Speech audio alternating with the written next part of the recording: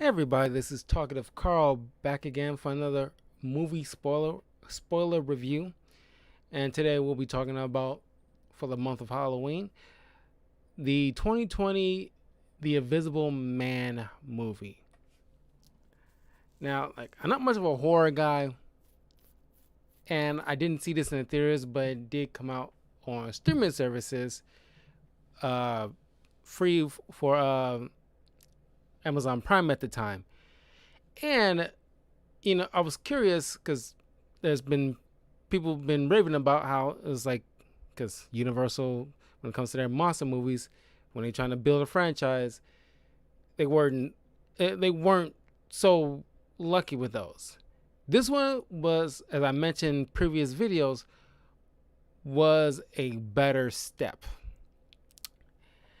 Now, based off the H.G. Wells novel of The Invisible Man, which I have an audio version of that I listened to last year. Uh, this is a pretty solid movie. Obviously, there's like a little touches, at least hints at the original work. The main villain, Adrian Griffin, is based off the original Invisible Man, just named Griffin, and in the original work, Griffin, just like in the movie, the Griffin person is like an optics engineer, inventor type of guy, just like in this film. And he eventually, in the normal iterations, he invented some kind of, no, slash that. I'm sorry. I was about to say serum. I'm thinking of Hollow Man, which is like a Kevin Bacon movie. Another great type of Invisible Man film, but it's more of like a suit, or at least an invention in some capacity that renders him invisible. But just like in the novel, spoilers on the book, he never found a way to turn himself back, which in the novel, gets leads him into a descent into madness. And this one, Blumhouse, who made this film, and the director of this film, Leigh Whannell, also written this film, and he decided to, just like a good classic, because the Invisible Man is a OG horror monster character, and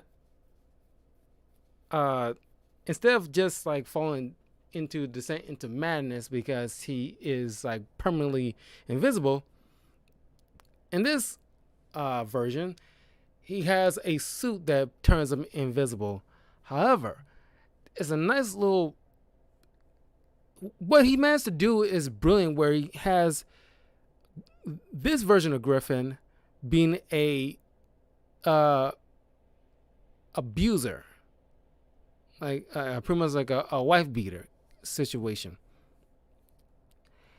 And I mean, it's like a little way for people to, especially if you haven't been in a situation where you're physically abused by, just people in general, or just by a significant other.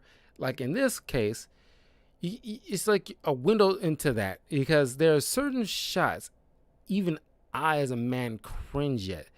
And there's been psychiatrists who view this movie that actually see this type of person and see that this is kind of like, or normal circumstances, if the relationship is toxic, or is there's no avenue in order to circle back into a solid relationship to be rebuilt, then a healthy thing would be like just to separate and just just not compatible anymore. But if you add on top of that, one of them being like an abuser, typically is usually a man, that it brings up a lot of things like of course it's easy to say like you gotta get out of the situation, but it's not so easy uh for a lot of people. But there are like some individuals that are just that effed up. Just like in this character, he's so effed up, completely just devoid. Because like the type of narcissist is completely devoid of acknowledging somebody else's pain or what you might be doing to another person. He just is all about that individual and what he or she wants. And it's like, damn everybody else, I want to fit you in this little box of how I see things and how I want you to be.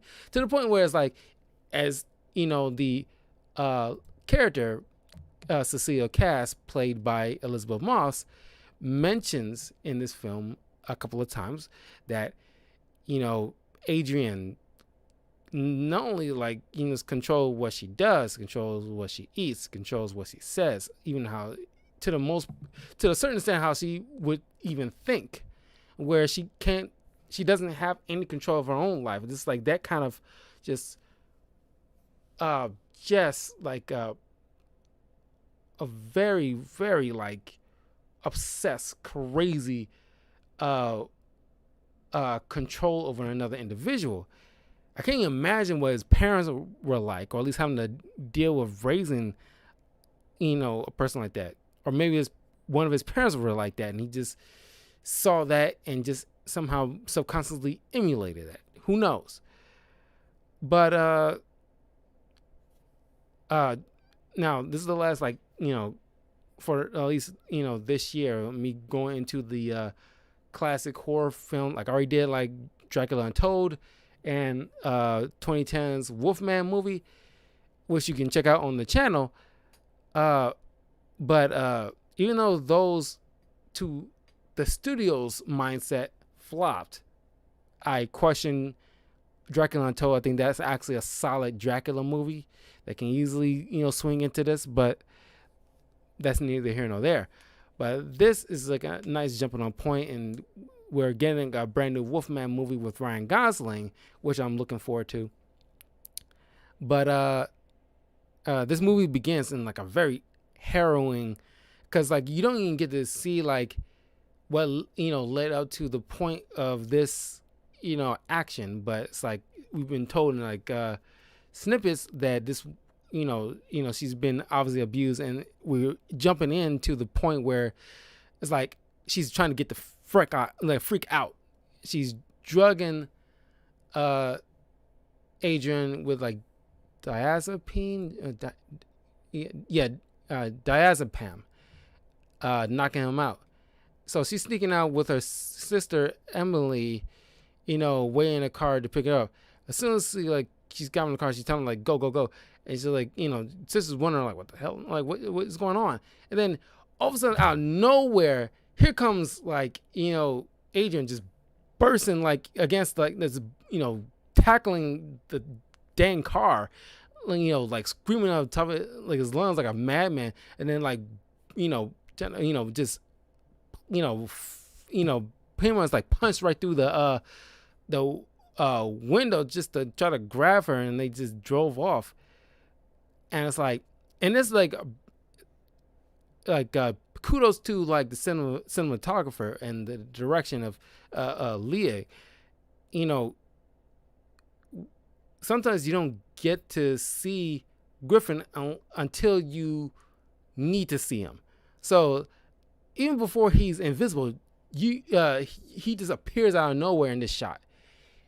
And it's like there's other shots that's like brilliantly made, where it's like certain POV shots where you like it's the it's the eerie notion that you feel like somebody's there but you don't see them kind of situation. And they really, it's just like in the original Invisible Man story, or even like the Invisible Man like movie in the 30s 40s, where it's like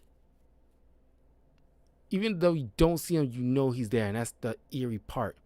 And like when it's shot where it's like it pans to an open space and you somebody's right there kind of situation, or when like you you just get Cecilia right out of frame, and it ends like you feel like you know it's like there's gonna be somebody in the room with her, and it's just like that kind of eerie feeling. It was like it's wonderful. It's just like I'm loving it. I'm not a horror guy, but it's like I still appreciate certain things. There's certain horror that I can watch. Maybe I don't like slashers. That's the thing. Aside from like the Scream films or even like the first Halloween movie, besides those, I don't really dig slashers, but there are certain horror films that like I do respect, and I think like the classic horror monster movies are like one of those. So she settles in 2 weeks later. She's trying to settle in with a detective friend of hers uh, named James Liner, played by Aldris Hodge, uh, and with his daughter Sydney, played by Storm Reed, who's also in 12 Years a Slave and Across the Bear. I think she's 18 by now. It was only recently her name popped up in the news that she, turned up at like some kind of red carpet event, and she's like 18. It's like crazy how time flies.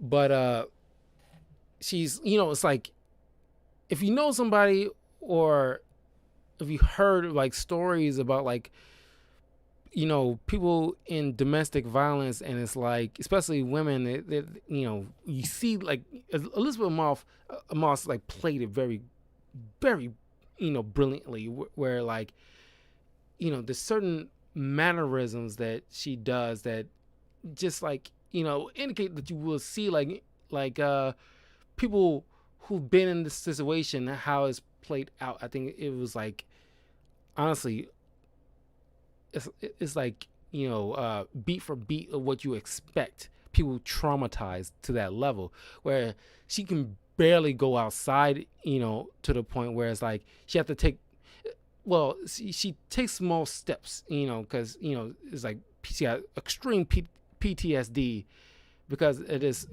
this abuse, mentally, physically, emotionally, she'd been through with this Griffin dude. And when she's trying to gain the courage to step outside for the first time, just to the point of the mailbox, and just check the mail, just baby steps.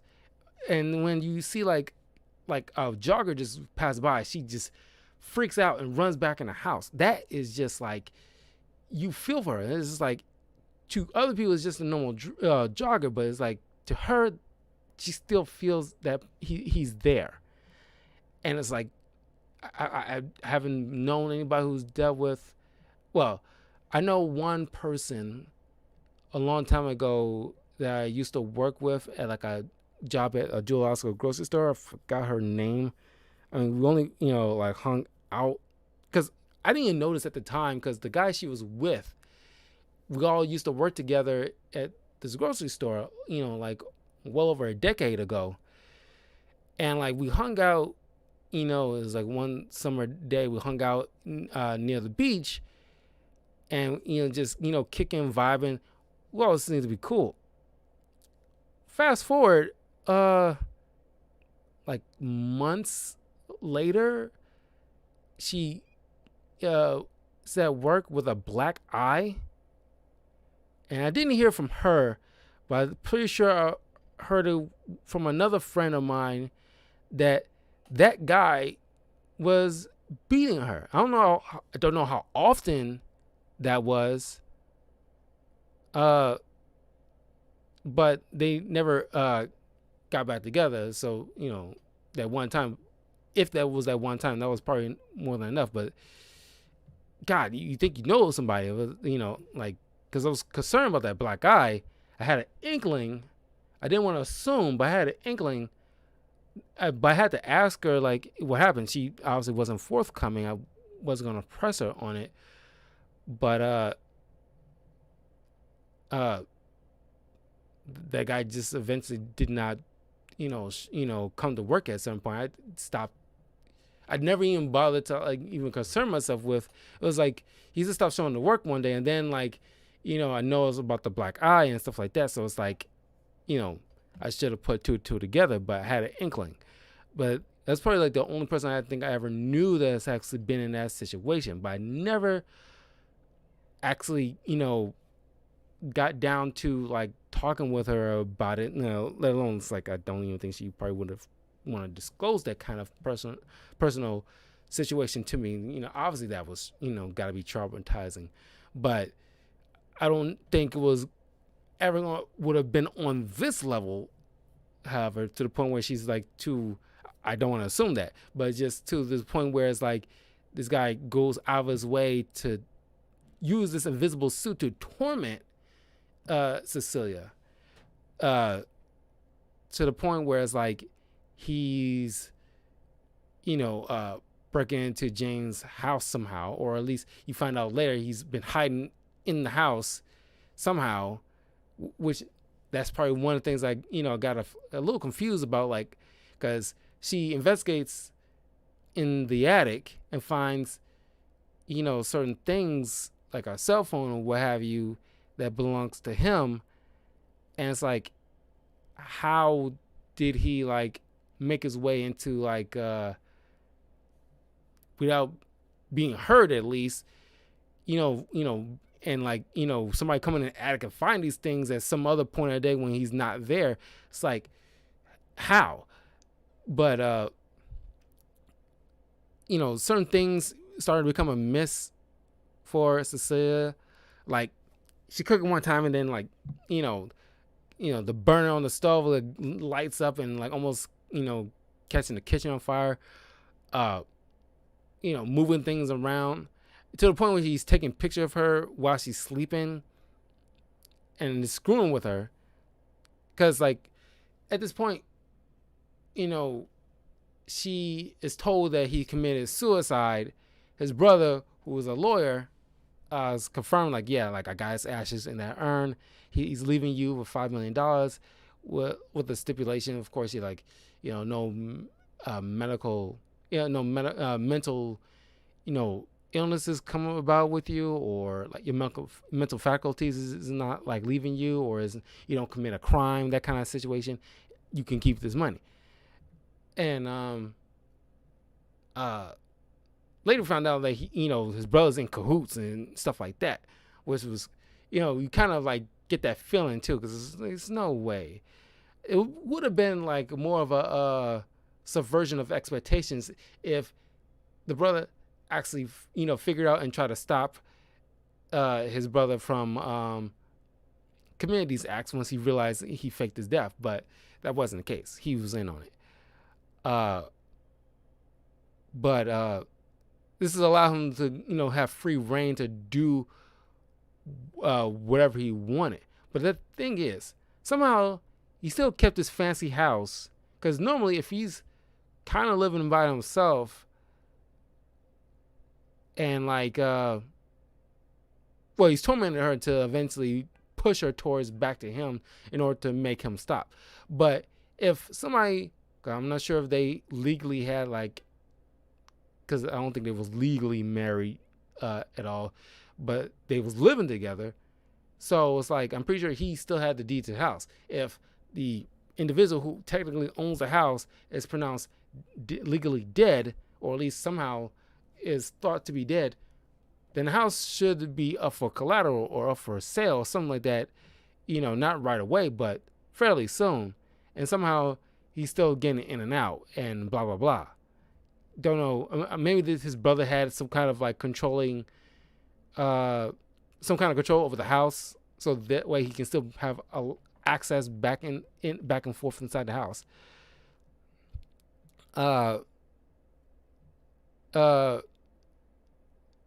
So after she at one point tried to go for a job interview, trying to build back up her life again. I'm pretty sure like in like it was like an architect or some just an artist. What was it?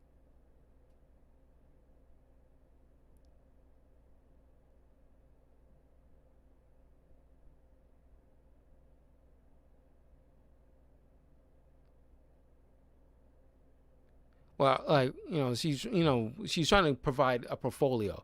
Then she knows she put it in her bag before she left the house, but somehow when she got to the interview to present to the interviewer, it's missing. And then she's passing out because she was being drugged by the same drug that she poisoned Adrian with. So she wakes up in the hospital, and then she's ends up finding the bloody bottle of the diazepam that she left at the scene after she escaped Adrian, somehow back in her possession. So she goes back to Tom, kind of like, he's not dead. He managed to complete that invisible suit that he's been working on. Like, and like he's Tom is obviously denying this whole situation, but it's fairly obvious. It's like, this is something like I question the cop friend. It's like, he should be running prints and analysis, because obviously, when she escaped, she undid all her belongings. She didn't have a bottle of diazepam with her. Plus, it's bloody. So,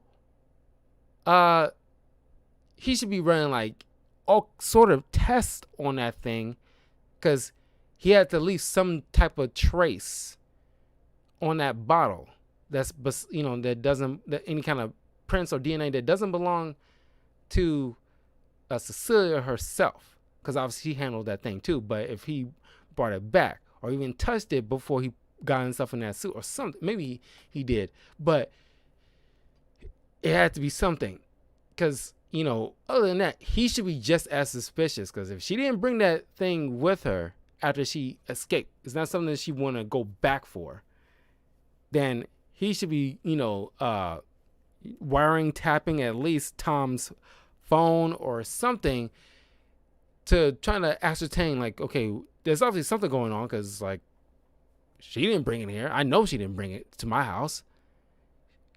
What she needs diazepam for. And like, obviously she wouldn't be lying about something like this.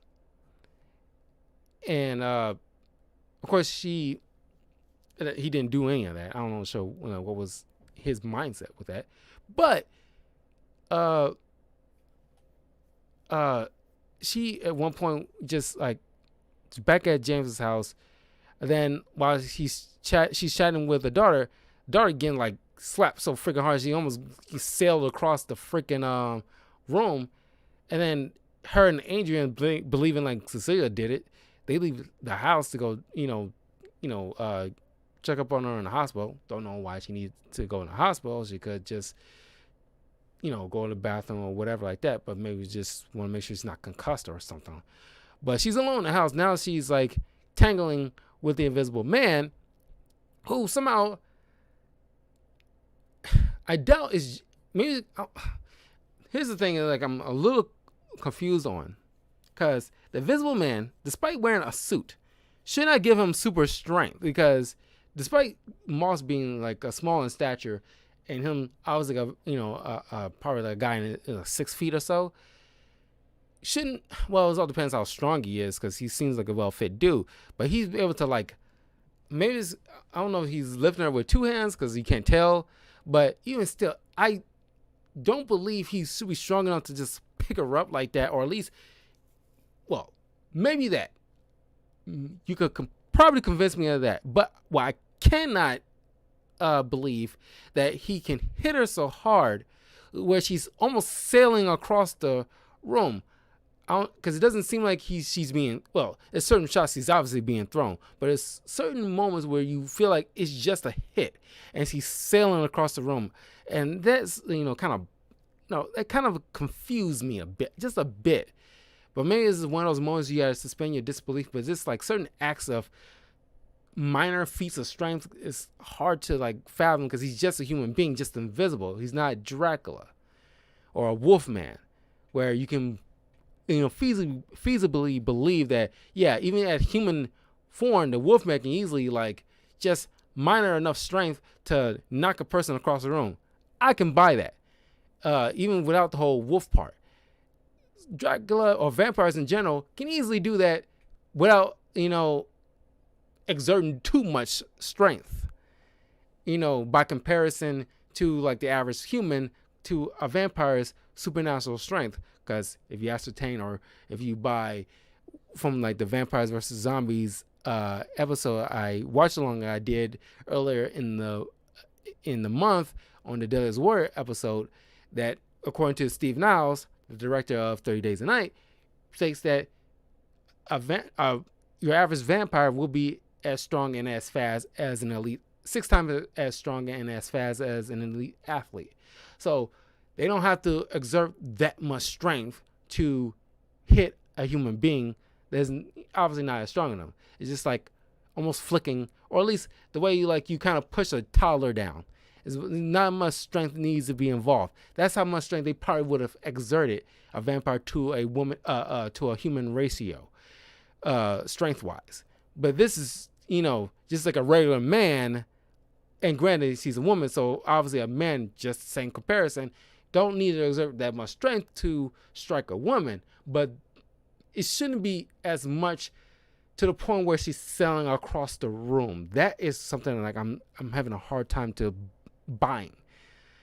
But then, she eventually escapes from the house, and then runs goes back to the home and investigates the house and finds the extra invisible suit that she steals, obviously probably for evidence. And she almost got, she did get caught, but then she managed to escape again. But she runs to her sister at a restaurant, who she believes that sent it her earlier in the film some very, very horrible email, thinking that it's her, and it's like, this is your sister, and your sister's telling you I didn't send no freaking email, and who else could it be? Kind of, you know what she's been through. Why in the world, all of a sudden, would she send you some cryptic, hurtful emails out of the freaking blue? Whether or not how you feel about her trauma or whatever like that, that is kind of a leap in logic. That you would probably give her a benefit of the doubt until you actually see face to face, she actually say something to you that's kind of horrible and wicked, that you can buy feasibly that email is directly from her. But she never gave that kind of thing. That's the thing, is like why would you believe your sister would say certain things that's out of the blue in an email like that? And it's possible her email could be hacked. There's hackers out there who can actually feasibly do that. But then all of a sudden, a knife slits the sister's throat and placed in Cecilia's hand, framing her for murdering her own sister. And she's sent to a psychiatric ward. Now, she's okay, being visited by Tom, the lawyer, again, and then he's subtly hinting this can all end if you just return back to him. And it's what is in it with, what's all this in it for you to help your brother further abuse this woman to the point where she can, when it comes to abusers, and we've all seen documentaries or movies or TV shows with abusers, especially Law and Order SVU, where you see abusers go to the point where it's they won't stop until they either locked up or to the point where they're killing their boyfriend or girlfriend. And it's this how it's going to be leading to, and you are helping your brother. It's both of you are pretty much warped to that point. So she steals off a pen off of him after rebuffing him. And when she tricks Adrian into showing up in an invisible suit and stuff like that by pretending to commit suicide, because at this point she's been told that, she finds out she's pregnant, because Adrian, being a smart guy as he is, knew eventually that, because she's Cecilia mentions that she's been giving herself birth control because she didn't want to be pregnant by this kind of monster. She doesn't pretends to being locked down or being trapped further by this guy, or bringing a child in this kind of relationship, knowing if he's willing to do this kind of thing to me, who knows what he'll do to this kid and how this kid will be raised, or God forbid, this kid will end up being killed by this man. So she's been giving herself birth control pills, but he knew that and gave her like kind of placebos. So she ends up being pregnant. So she's committing suicide and forcing him to, or at least pretending to be committing suicide and forcing him to show himself. So she ends up damaging his suit, causing like the security officer to partially see him. So now, the jig is up pretty much.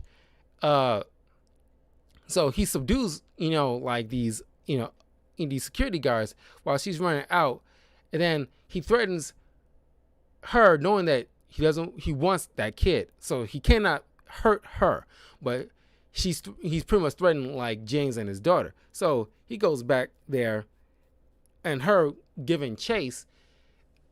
James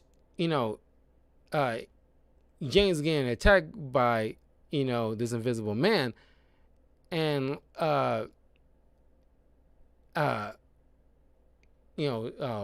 Cecilia shows up, guns him down, and takes off the mask and shows that it was Tom underneath that. SWAT pretty much shows up at Adrian's house and finds him, tied up in the basement, seemingly being held captive by his own brother. She's not buying it.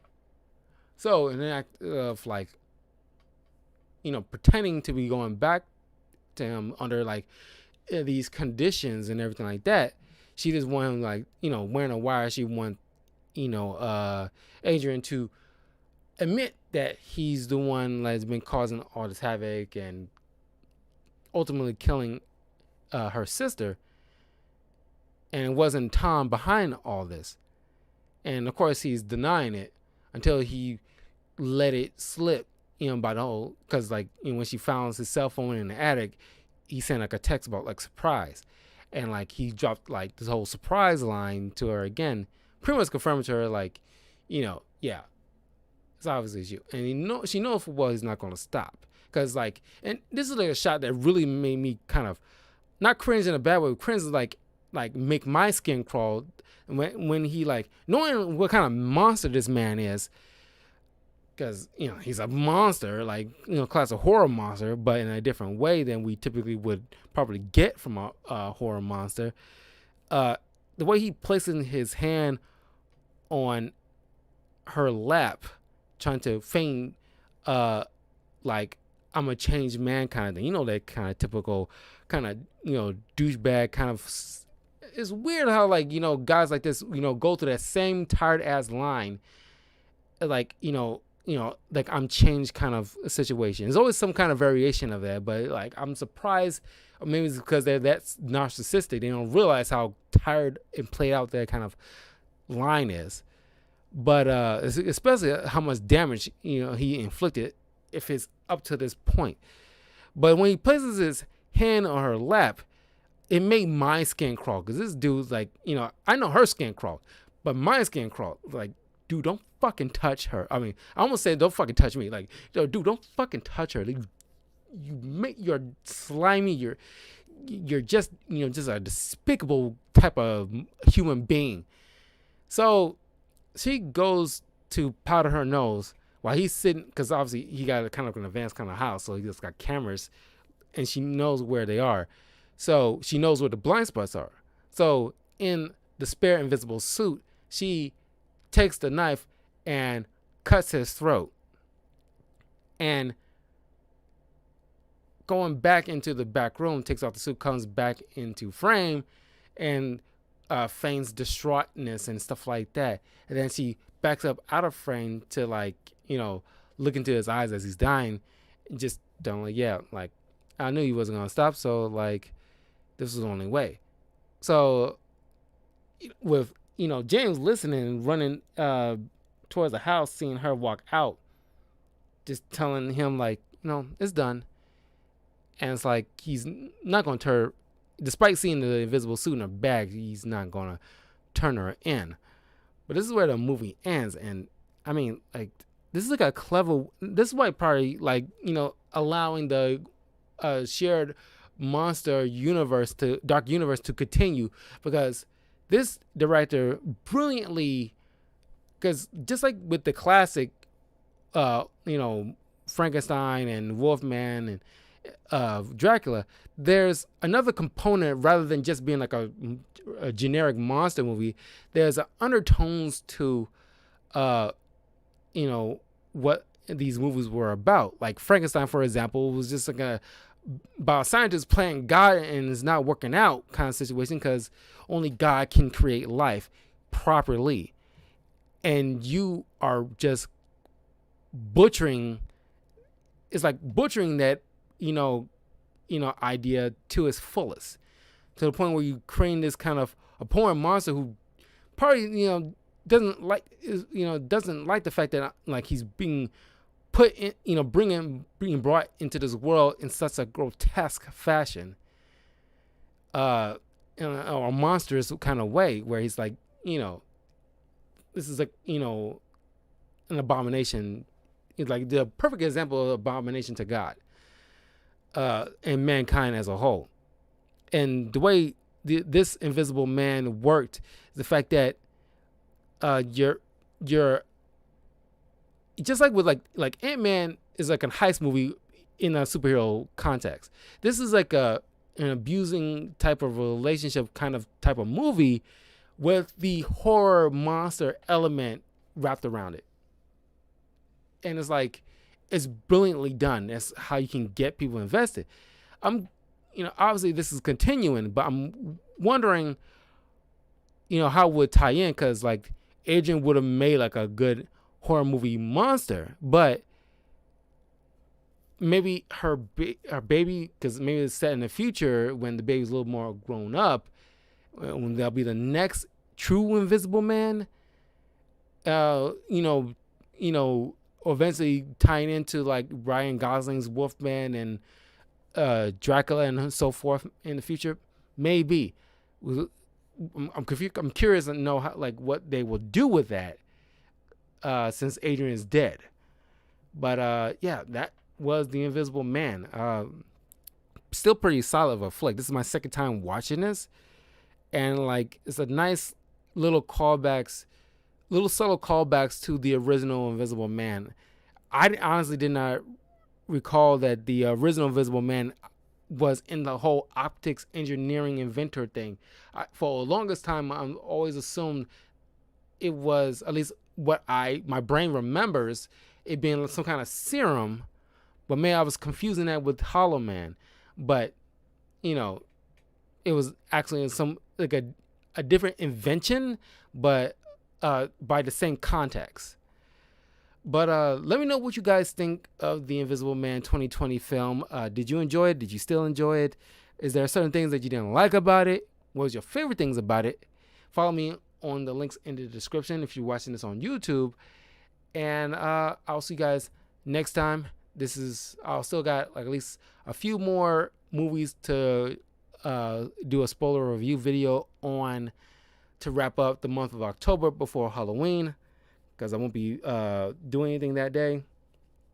And yeah, please leave a like, comment, subscribe, all that good stuff to Talkative Carl on YouTube. And yeah, I'll see you guys soon. Take care.